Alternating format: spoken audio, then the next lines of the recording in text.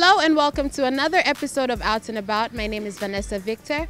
Today we have three lovely ladies who have an accessories design company that they've started up on their own. Welcome, ladies. Thank you. So to start off, who came up with the idea? How did you three meet? Okay, we are basically friends, so we know each other, most of us from school, over 10 years. So we thought of wanted to do something unique, something that, would make our own statement. So, tried a few ideas at the start. So this one worked, and here we are. Okay, so how is it three ladies working together? I know women and how that can be. So how is it? It's very difficult at times, I must say. Because the weird thing is, just today, we have this little chat group on WhatsApp. So just today we were all up in each other's faces. But since we're friends, we've known each other for more than 10 years. We know each other, we know our weaknesses and stuff like that. So honestly speaking, we're coping, and so far so good. And through our arguments, that's how we grow. Okay. Yeah. So here's a question. How does designing jewelry differ from what you do in your everyday life? Because you told me that you have jobs. It's this is something that you want to grow into a full-fledged business. So how does it differ doing this versus going to work every day? Before, it started like a hobby. It was a hobby. It's something that we did to pass time. But now it's more of an addiction. We're addicted to beading, trust me. It's like when you're at work, you just think about, oh my God, I have this design. What if black goes with red? Like Antonia here, she's like, we have to do black and red. We have to do black and red. So before it was more of a fun thing to do, but now it's becoming a business, and well, who knows? It'll grow, I'm sure it'll grow into a very big business. So you told me that her favorite colors to work with are red and black. No, I think I should make that one pretty close. So it's, how do you say? It's at times, in real life, I don't have a favorite color. So it goes, I think, with the mood. So red and black, definitely that at the moment. You never know, maybe next time I'm gonna be orange and green. So you said it depends on the mood. What mood is red and black for you? Wow. Wow. I think I was going through some fashion thingy. I think it was a magazine, or I don't really recall. But I saw this, I think someone wearing a dress, and I was like, oh my goodness, this will be perfect. If we had to make a red and black necklace, so to match this dress. So I think it came about that way. Sometimes I have nieces and nephews, so sometimes they're thinking oh no, you should make this color. So it all depends. Yeah, and children is colorful. So. Yeah. What are the tools that you need in terms of when you're creating, apart from the beads and the chokers for the clasp? What other where do you get your tools from? Some of the stuff we use, we get them here in Tanzania, but a lot of the stuff we've had to order from outside of Tanzania, and especially with the beads, it's here we didn't get a lot of options when it came to color. So they just had, the colors that they had here was just your basic blue, green, yellow, just a lot of dull colors, and we were looking into making things that would pop out. Yeah, so a lot of the stuff we've actually had to import. When you're designing your pieces, do you look at the market out there, or is it just ideas that pop into your head? I'll give you an example. Dar es Salaam, there's a certain style of how people dress and how people look. Does that act as an inspiration when you're designing? Our pieces are custom made, so you have to make an order, tell us what you want, the colors that you want. We'll try to advise you, but it's more of a custom-made thing, so we're going with the trend. If you have a kitenge dress that is blue and green or blue and red, you would tell us and we would advise you which colors to mix, and we'd make whatever you want. If you want it twisted, you want it plated, we're here. What would you say are the essential qualities of a jewelry designer? I would say finishing. I am obsessed, they know. It's like, no, this is just not perfect here. I would say ultimately, yes, quality in terms of this is strong, this can hold. You don't want wearing a necklace, then all of a sudden all the beads go away. So, but finishing at the end of the day is beading. Anyone can bead. A 6-year-old can bead, but at the end of the day, you want something that if someone, to the eye, it's good. And of course, when you wear it, it's also good. So finishing is the ultimate, I think, when it comes to jewelry, that's the most important thing. Well, I think what makes a perfect jewelry is just like having a passion for what you're doing. It's like, because what we're doing, it's not something that we just woke up one day just like, we need a business that would make us money. We've loved doing this. We've been doing this for more than 10 years. We would just sit at home and make things. So one day, it's like we have a sister of ours. She's the one who opened our eyes. She's just like, guys, you're like sitting on money, but at the end of the day, you're sitting on creativity. So why not do something about it? So I think it's just loving what you do, having a passion for it. Like what Nancy said, you have to be creative, but then again, you have to be a kid because of the coloring, and sometimes we sit with our graph papers and you'd be coloring into the boxes like black and green and making patterns. So you have to be a kid, you have to be playful to come up with something really nice, something really different, because every older person, every adult thinks the same, but a kid thinks differently. So when you become a kid, that's when you be at your utmost creativity. What has been the challenges that you guys have faced working, starting up, still doing it as a part-time thing? Managing time. But so far we've been able to do that well. But another challenge is, it's like this business, it's like we literally started from the bottom. So we didn't get a loan from anywhere or anything, and we have normal jobs with like a normal salary, but so it's a challenge, like financially wise, because at the moment we're looking into opening up a shop and stuff, so that's like a lot of investment. But so far, so good. We're managing.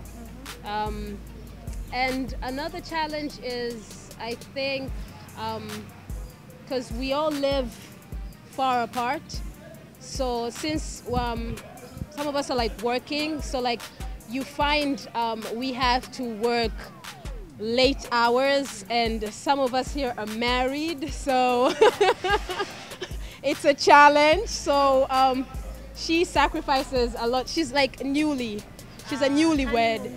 Yeah, so it's like there are times we have to work late, and yeah, it's like hubby I think doesn't mind, but we feel bad at the end of the day since she's just married and we're working till like midnight and stuff. So I think that's also a challenge too. Inspiration when you design? My inspiration, I would say, is my mother. They know my mom.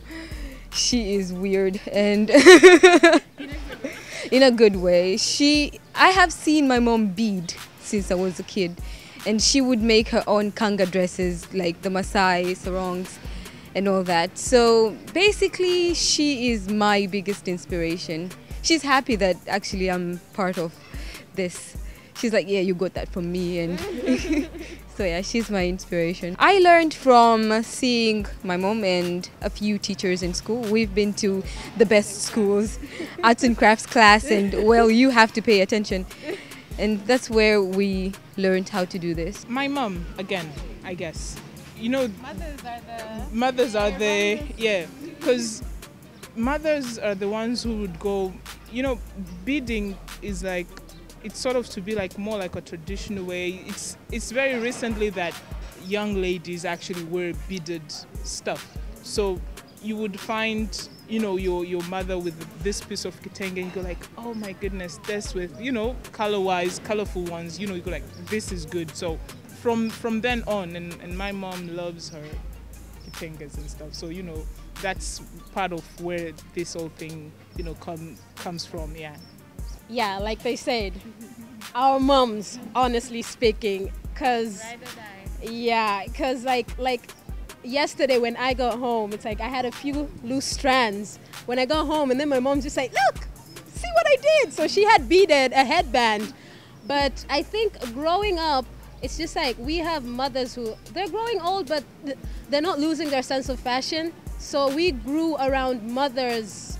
And since like most of us, we grew up together, it's like we've seen our mothers, what they were wearing and stuff like that. And they've always, like when we started this, they're just like always like be unique, do like stand out, do something that no one else is doing. So why don't you bead? Okay, there are beads out there that they're being sold, but at the end of the day, when people see that you're actually doing this, using your own hands and all that stuff. So yeah, I think our mothers. Where do you think your business will be in 1, 5, and 10 years from now? In 1 year time, we'll be like here. In 5 years time, we'll be here. In 10 years time, you don't want to know. I know. You have to make an appointment and be like, Vanessa from Capital? No. But we wouldn't do that for you. So you all agree that's the pace Yeah. that you want to work on? Yes, Yeah, that's we're the just pace like we big wanna- stores. Watch out. Yeah, we're gonna take over. So what would you tell people who actually, not necessarily in jewelry design, in any other thing that they want to do in terms of their own businesses or their own projects, what would you recommend or what would you tell them before or while they're starting their businesses? Well, if you're doing it, if your business, you're doing a business with a partner, make sure it's a trustworthy partner, a committed partner. That's the most important thing. You know, you can have all the capital in the world, but if you don't have a trustworthy or a committed partner, then all goes to waste. We're lucky, we're committed, we're trustworthy. So the small that we have, it is actually growing. There are people we know, you know, I want a business, they could, you know, a car, whatever yard, and they could get 40, 50 cars. But then again, if they have, you know, in partnership, but a partner is not trustworthy, that thing can run down very quickly. So those two things I could say. And look at your market, obviously. Apart from like partners and stuff, but I would also advise people, it's like when you want to do something, just go for it. And like you never know whether something will be successful unless you tried. And like she said, like a lot of the stuff, when you're doing something, do your research. Look at like what market you're looking for, who do you want to sell it to, who do you want to provide your services to. But at the end of the day, I think it's just like, just go for it. Don't just sit on an idea. Yeah. To add to what Anto and Nancy said, you have to have heart. You have to have heart, and you have to have a very, very deep heart. And you have to be patient, very patient, because we didn't start today, we're a year old. So you have to really be patient. You have to be, well, you have to have communication skills. Things that I'm working on right now. But you have to have communication skills. You have to know what people want. You have to know what you want. You have to know what you want first. Because if you don't know what you want, you'll be doing everything at all times. You'll be selling cars, selling soaps, selling jewelry. But when you know what you want, when you know where you want to stand, that's when you'll succeed. So we've been chatting with the ladies of MANYATTA Accessories. They have beautiful products and I cannot wait to see how they expand, where their ideas take them. And I'm so thankful that you guys took the time out of your day. I know you guys are busy ladies. So I'm so grateful that you took the time out to come over and talk to us and let us know more about your business. And that's it for me right now, but stay tuned. I'll be right back. Let's go in and check out the entertainment highlights for this week, what's going on in Dar es Salaam, Africa, and then we'll be back. So stay with me. I'll be right back. Bang celebrated its 10th birthday with a cocktail event that took place here in Dar es Salaam. The dress code was most definitely black, and Imelda looked amazing in her Eve collection dress. Bang also gave awards to sponsors who'd been supporting Bang magazine. launch of the new music video Africa Rising was marked in Mauritius by much pomp with performances from Davido, Tiwa Savage, and Loala Ray.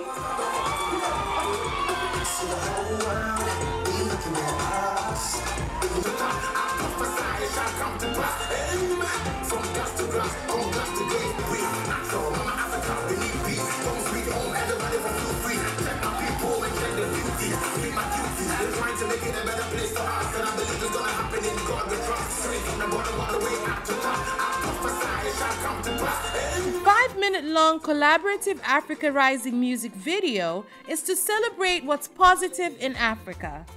Unfortunately, Tanzanian artist Diamond Platnumz didn't make it to the event on Tuesday night. Diamond Platnumz missed his flight from Belgium, where he was performing, and wasn't able to join the other artists from across Africa at the launch of the music video, which featured David Bongo from Nigeria, Ghana's Sarkodie, Tiwa Savage, Lola Ray, and the South African band Meet.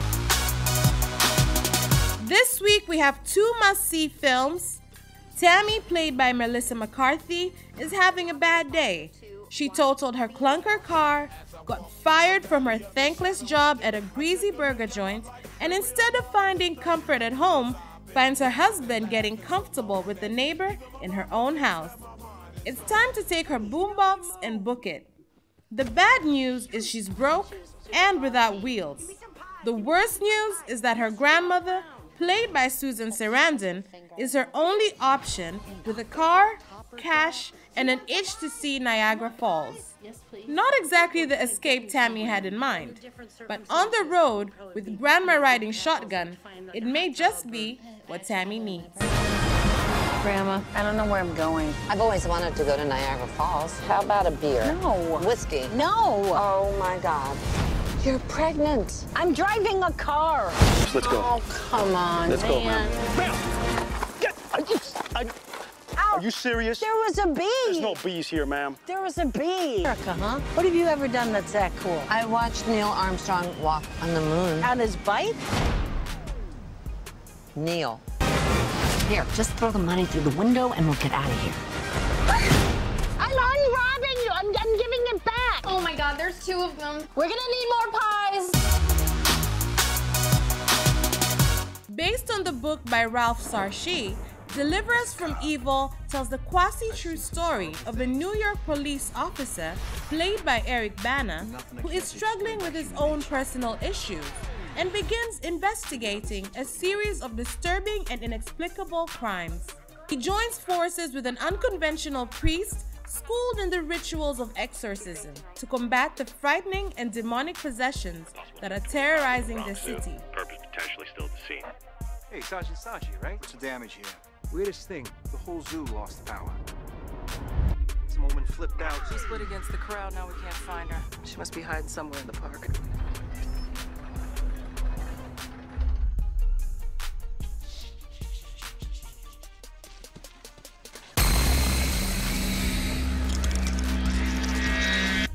Ma'am, what's wrong with you?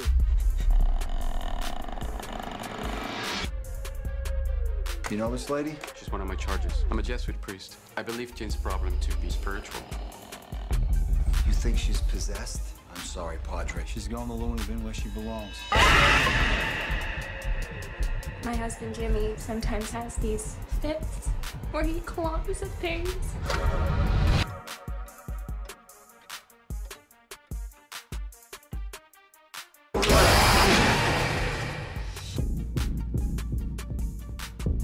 Something's happening out there. Something I don't understand. Your investigation puts you and your family in danger.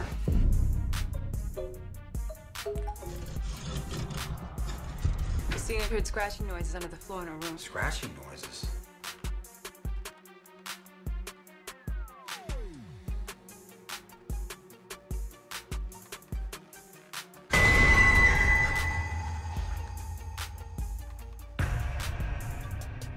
It makes you a target for the demonic.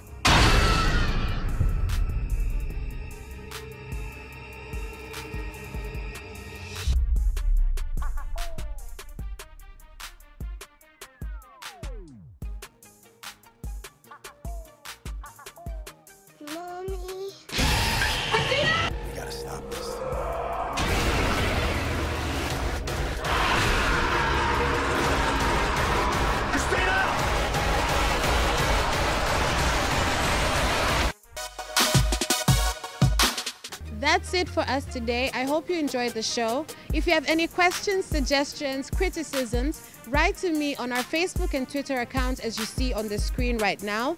My name is Vanessa Victor. This is Capital TV, your channel of choice. I hope to see you next week, and I'll definitely bring you more news and more events and more of everything.